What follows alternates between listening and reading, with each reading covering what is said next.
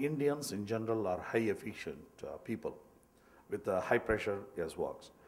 I always say that, we are talking about with all economic pressure, the generics company have done it. Yes, they brought the affordability. But the problem, we are facing another challenge in that type of affordability. We have Drug Price Control Act. We are the lowest in the world in the drug prices. And then on the other side, government says, we have to drop the further price. I don't know. I think it looks like they want us to remove the shirt and pant also. That's ridiculous. So we are the lowest in the world, but still we want to drop. It's a political argument.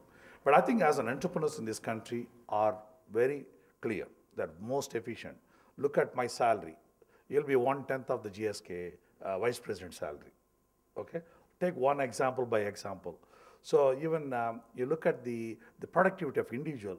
Indians work almost 18 hours, 15 hours, 14 hours.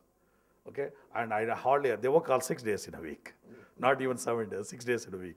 So I think they're high efficient, and that is one of the reason it brings affordability. Okay, the affordability doesn't mean that it just only the innovation alone can bring, but it brings other human resource can contribute. Very good example. I always say in affordability, just look at the mobile phone. The way the affordability today in US, India, the mobile cost even cheaper than even US. Even mobile charges, the transcom charges, the telecom charges, even we are not even 1/4 of US charges also. We're still cheaper. So today my driver has got 2 mobile phones. Okay, he gives only one mobile number to me, another one he doesn't give it me my mobile, his mobile. Okay, so that every driver has got 2 mobile, that means affordability is reached is only because of the innovation that is happening in the manufacturing and the efficiency that brought in between UK and India in a government system. The UK government looks like they have a fund of, funds because of the affordability, they have to have deficit of the fund. Whereas in India, we have too much money, affordability is, people unnecessarily talk, and 30 to 35% of the healthcare budget is not spent. Just imagine this country, we are only less than 1% of GDP is spent on healthcare. Just less than 1%.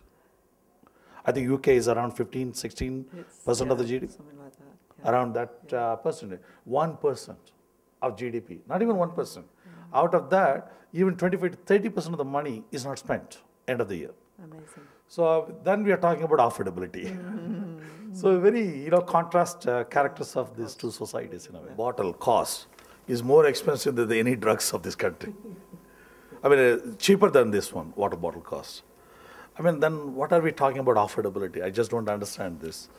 I think there's something we are confused. I think we are politically, we want to say that the problem with India is neither we are capitalistic and not socialistic. We are confused a lot. So we are not clear. It is so cheap in this country. The water bottle is more expensive than the medicine. No other country anywhere. I've never seen any country where medicine is cheaper than a water bottle. Okay. So again, what is affordability? I'm getting confused. Then coming to the compulsory licensing, it's only my individual statement as a scientist. The TRIP agreement, once we signed India, okay, either we have to be 100% compliance or 0 compliance, only one. Not middle path. And I am not for this middle path, giving this, giving that, and then breaking the TRIP agreement is not a right strategy for us. So we are,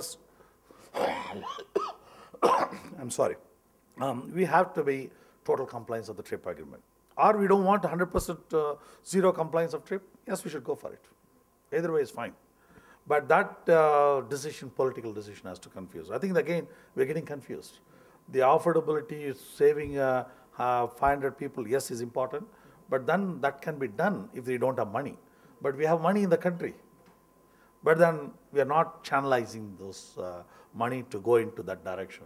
And we are finding easier path to come around differently. That is not right good in the long run for the country.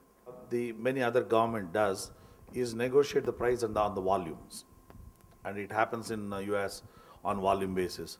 A vaccine which is sold $40 in the private market, they sell to the government, US government, for $6.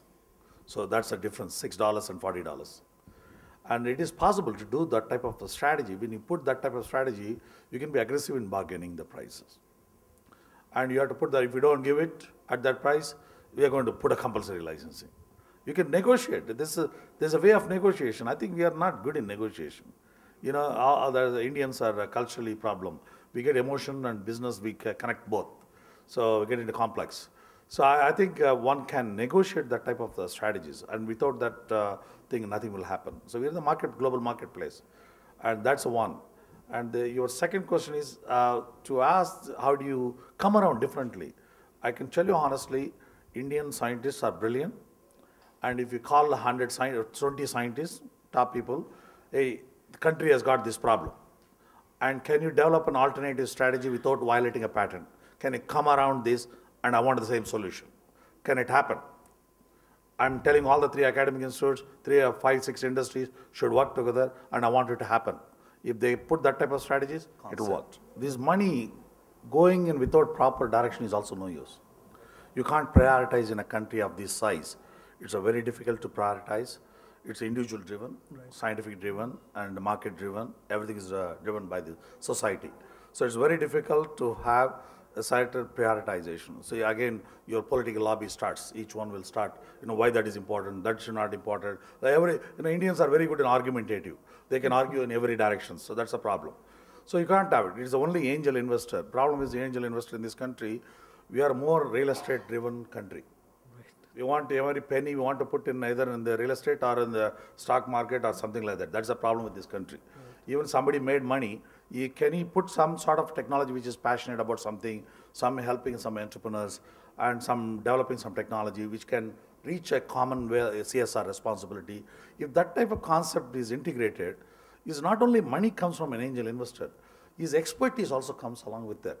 The expertise, guidance to the entrepreneur, that will make them totally changes, and that will change the whole paradigm of the country.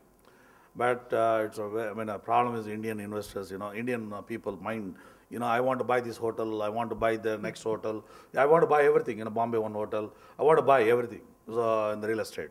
So conceptually, we are a real estate driven country and not a knowledge driven yet. But I think it will change.